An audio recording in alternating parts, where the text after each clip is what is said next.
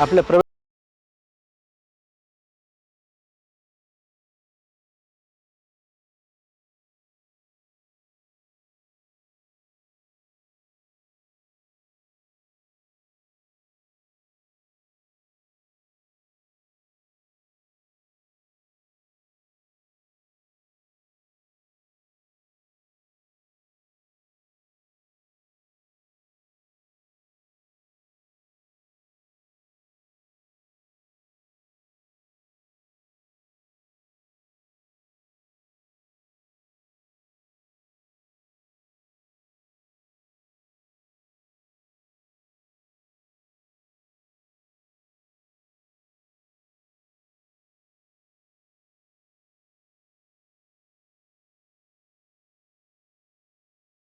जेव्हा आपण आरेमध्ये येतो आणि असा गेट आत्ता लोकांना दिसायला लागणार आहे, पण काही दिवसानंतर लोक येतील सुद्धा येतील. तर काय याच्या मागे काय संकल्पना होती आणि काय काय युटिलिटी स्कल्पचर म्हणतात त्याला. ओके. हे युटिलिटी स्कल्पचर आहे. हे एक स्कल्पचर आहे. जरी आपण याला गेट म्हणत असो तरी तो एक स्कल्पचर आहे. स्कल्पचर. आणि हे स्कल्पचर दगडामध्ये आहे. ओके. हे हा जो दगड आहे हा जवळपास 60 टनाचा आहे. ओके. आणि मधला जो भाग आहे तो मेटलचा आहे. ओम द ग्लोबल आर्ट सेंटर आणि आर्य म्युझियम अक्का हे जे लिहिलेलं आहे हे 1 टन आहे. तो अक्का लोखंडी तो मेटलचा आहे, अख्खा आहे तो. ओके. मेटलचा आहे तो. आणि हा बाकीचा दगड आहे. हा जवळपास 60 टनांचा गेट आहे, शिल्प आहे. महत्त्वाचा मेसेज आपण ह्या आपल्या प्रवेशद्वारातूनच आपण एक खूप छान मेसेज देतो याच्यामध्ये. तर ह्याच्यामध्ये काय आहे, ते जे तुम्हाला सर्क्युलर गोल गोल फॉर्म दिसत आहेत ना, हो, ते जे फॉर्म आहेत ते बंबलबीची घरं आहेत. आपला भुंगा असतो ना, हां, भुंग्याचं घर असतं, पण मातीचं बनलेलं असतं. असं छोटे छोटे घर हो, असतात हो, बरोबर, मातीची. बरोबर, बरोबर. कुठे झाडाला, कुठे बरोबर, भिंतीला, कुठे बरोबर, दगडाला. बरोबर. तर ते बंबलबीची घरं आहेत ती. आणि हे जे रिजिड फॉर्म दिसतात ना, पॉलिश केलेले, हे व्हर्टिकल जे फॉर्म आहेत, that these are human colonies. Okay. आपल्या ज्या मानवी इमारती आहेत हो, राहण्याच्या, त्याचं ते प्रतीक आहे. त्याचं ते प्रतीक आहे. आणि ते बंबलबीची जी सर्क्युलर घरं आहेत, that is the representation of entire nature. संपूर्ण निसर्गाचं प्रतिनिधित्व करणारे ते फॉर्म आहेत. हो. आणि ह्या ज्या इमारतीत हे मानवाचं म्हणजे मानव आणि निसर्ग ह्या दोघांचं पण खूप चांगलं हार्मनी असली पाहिजे. हां, ती जर हार्मनी इनबॅलेन्स झाली, ती जर गेली, तर मग सुनामी येईल, कोविड येईल, असंख्य असे अडचणी येतील. तर तो जो आर्टिस्ट आहे तो हे सांगतो की माणसाने निसर्गात घुसायचं नाही, निसर्ग पण माणसामध्ये घुसणार नाही. वा वा. ही जी हार्मनी आहे ना ती मेंटेन करा, असं ह्या आपण याच्यातून एक गेटमधूनच message आपण आहे. मेसेज देतोय. क्या बात आहे. ही जी जागा होती हो, ही आर्य नर्सरीची जागा होती. ओके. तर आर्य नर्सरीच्या जागेला आपण नर्सरीसुद्धा आपण इथे जिवंत ठेवतोय. ती नर्सरी जी आहे, तुम्हाला मी नर्सरी दाखवतो थोडीशी. हा याचा मेन फलक आहे. हा स्वतःच हे शिल्प मी स्वतः बनवलं आहे. आर्य संग्रहालय असं याचं नाव लिहिलेलं आहे. या बाजूने हे मराठीमध्ये आहे आणि मागच्या बाजूने हे इंग्लिशमध्ये आहे. ओके. आणि हा जो पोर्शन आहे हा नर्सरीसाठी डेडिकेटेड आहे. याच्यामध्ये तुम्हाला आपण मग झाडं नेमकी कशी ठेवतोय, कोणती ठेवतोय, तर आपण इंडिजिनस झाडं इथे ठेवतोय. आपण जे भारतीय वृक्ष आहेत, भारतीय वृक्षांचं महत्त्व काय आहे, कसं आहे, भारतीय वृक्षच का लावली पाहिजेत, बरोबर आहे, त्यांचा त्या पक्ष्यांवरती, इथल्या प्राण्यांवरती, मानवावरती काय परिणाम होतो, या सगळ्या गोष्टींचं खूप मोठं महत्त्व आहे.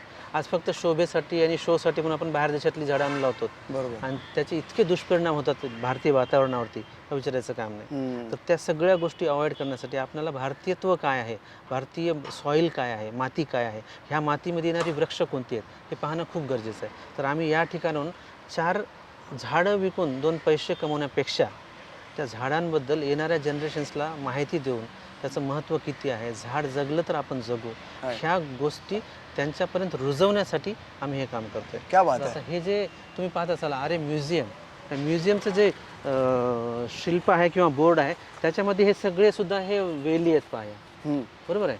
ह्या वेलींनी आर्य म्युझियमला वेढलेलं आहे. म्हणजे निसर्ग आणि कला या दोघांना आम्ही त्याच्यामध्ये एकमेकांमध्ये बांधण्याचा प्रयत्न केला आहे. हा तुम्ही आर्य नर्सरीचा फलक पहा, त्याच्यामध्ये सुद्धा तुम्हाला सगळ्या वेलींनी, झाडांनी दगडामध्ये कोरलेलं आहे बरं का ते. हो, हे दगडामध्ये तयार होते. याच्यात अजून काम बाकी आहे, काम चालू आहे याचं. वा.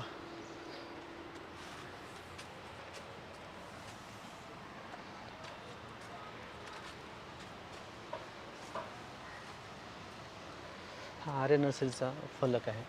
हे जे शिल्प दिसते तुम्हाला इथे मागे, हे नेमाराम जांगीड म्हणून आर्टिस्ट आहेत, नॅशनल अवॉर्डी आहेत, त्यांचं काम आहे हे. हे गोल जे दिसतं ही पृथ्वी आहे, बरोबर आहे हां.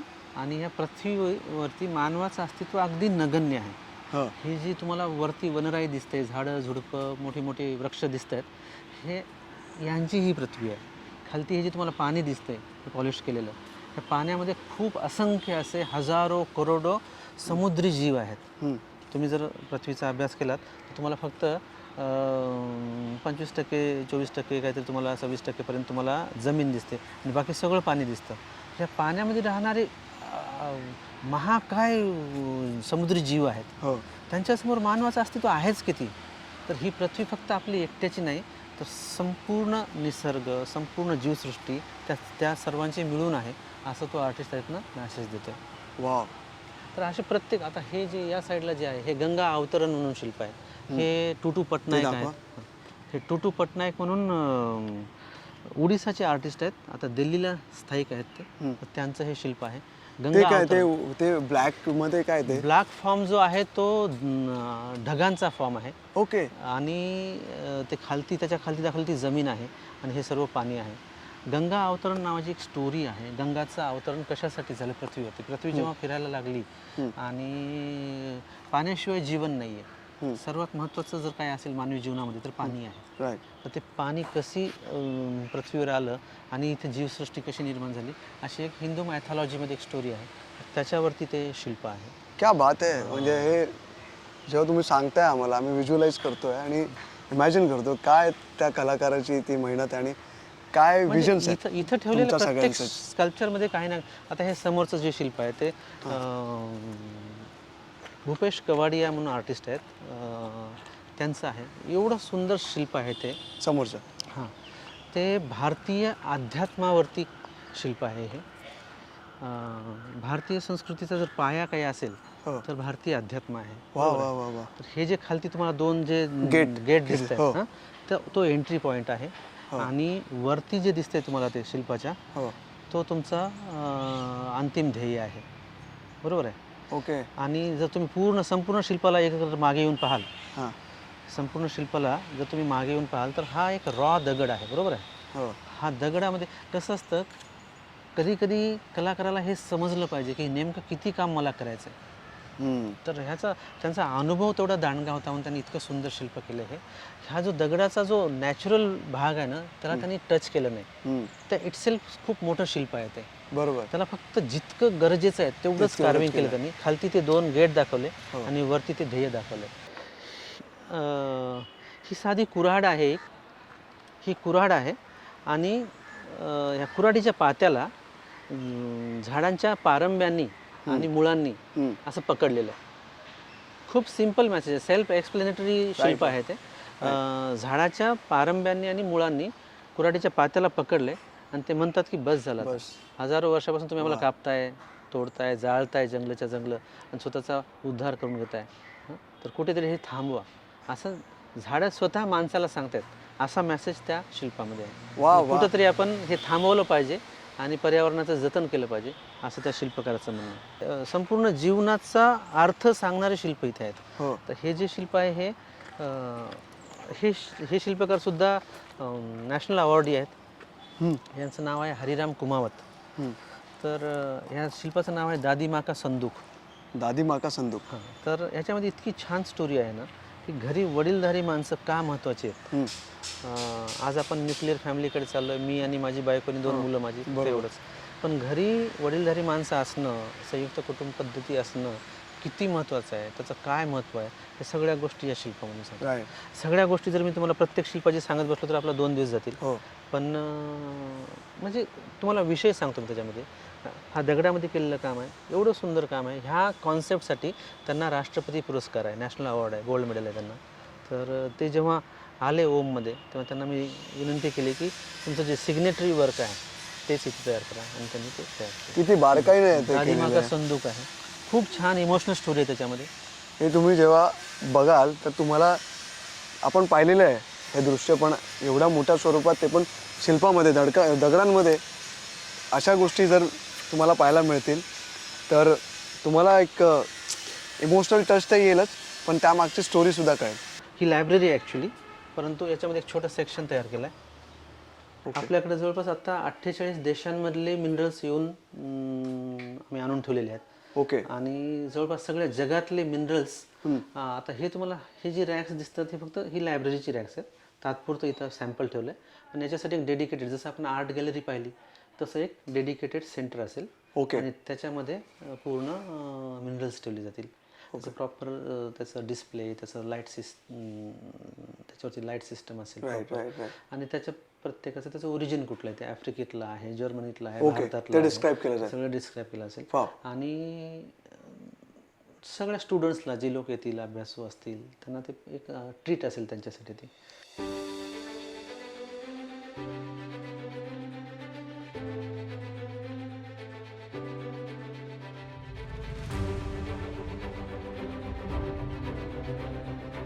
काय आहे नेमकं? हे जे शिल्प आहे ना, हे खूप महत्त्वाचं शिल्प आहे या कंटेम्पररी एरासाठी. आजचा काळ कोणता काळ आहे माहिती आहे का आपल्याला?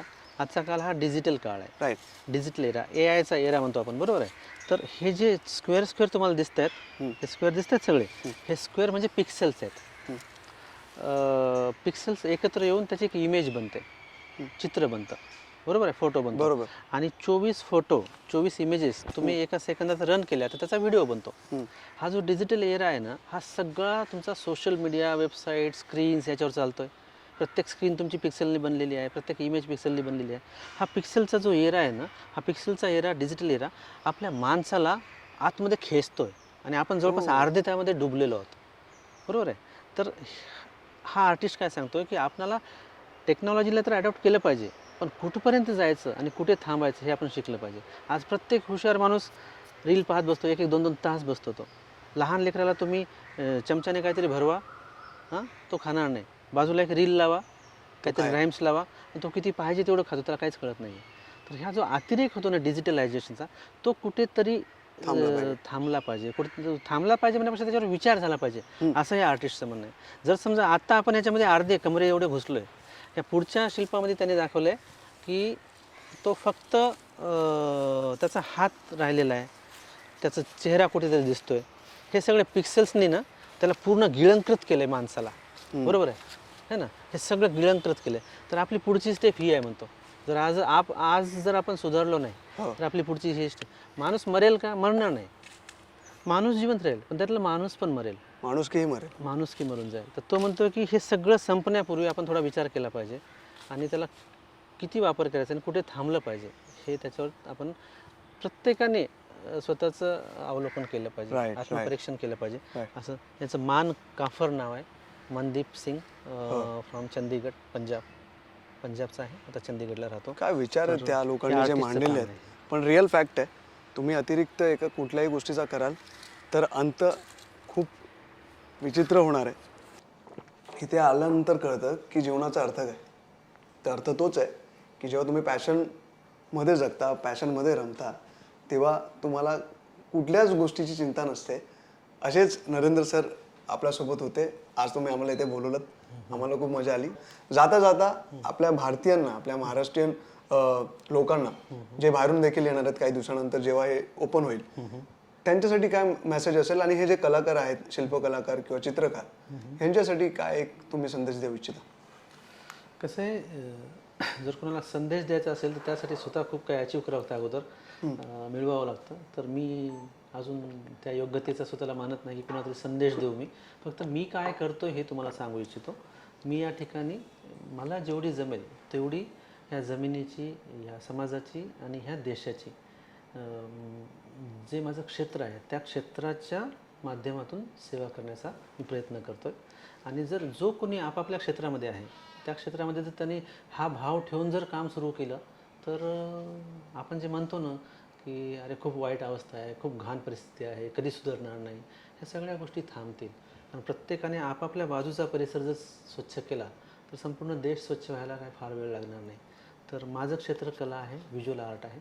व्हिज्युअल आर्टमध्ये मला जेवढं झेपेल, जेवढं समजेल, जेवढं उमगेल तेवढं काम मी करतो आहे. अजून हे सर्वांसाठी खुलं नाही आहे, परंतु जेव्हा हे ओपन होईल काही महिन्यांमध्ये, आम्ही याला ओपन करू, विदिन 6 मंथ्स 6 महिन्याच्या आत हे जगासाठी ओपन होईल. तेव्हा सर्वांनी इथं यावं ओपन झाल्यानंतर आणि हे पाहावं आणि जर तुम्हाला आवडलं तर आम्हाला शाबासकी द्यावी आणि जर तुम्हाला नाही आवडलं तर सुधारणा करण्यासाठी आम्हाला सूचना द्याव्यात.